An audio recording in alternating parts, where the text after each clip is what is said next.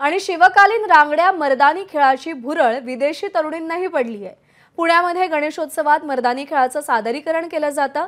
जर्मनीची तरुणी यंदा मर्दानी खेळ सादर करताना दिसणार आहे। पुण्यातील शिवाजीराजे मर्दानी आखाडा इथं ती सराव करते आहे।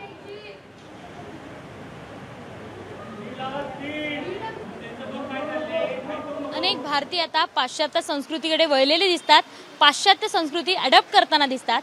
मात्र आपल्या भारतीय जी संस्कृती आहे, आपले शिवकालीन पेशवेकालीन जे मर्दानी खेळ आहेत, त्या खेळाकडे आता विदेशी लोक आकर्षित होताना दिसतात।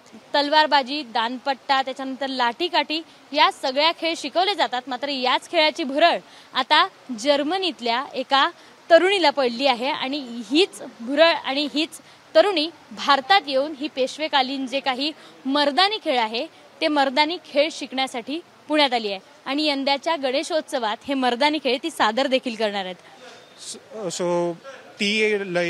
तिचं नाव आहे लटोया आणि ती आलेली आहे जर्मनीवरून, बर्लिन या शहरातून। तिला याबद्दल सोशल मीडियावरून ह्या सगळ्या खूप साऱ्या गोष्टी समजल्या। तसंच गेल्या वर्षी आमच्याकडं दोन अजून हिच्या फ्रेंड्स आल्या होत्या।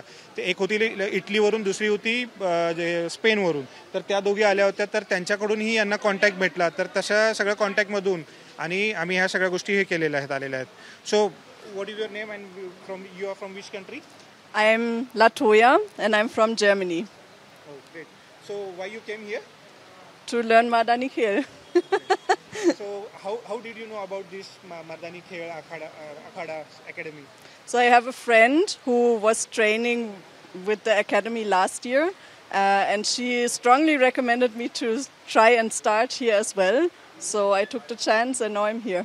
अनेक वर्षांपासून हे खेळ खेळले जातात आणि स्वतःचं संरक्षण देखील करतात। याच खेळाची भुरळ या तरुणीला पडली आहे आणि ही तरुणी यंदा लक्ष्मी रोडची मिरवणूक गाजवताना आपल्याला पाहायला मिळणार आहे। कॅमेरामन अमोल गव्हाळेसह शिवानी पांढरे, एबीपी माझा, पुणे। एबीपी माझा, उघडा डोळे बघा नीट।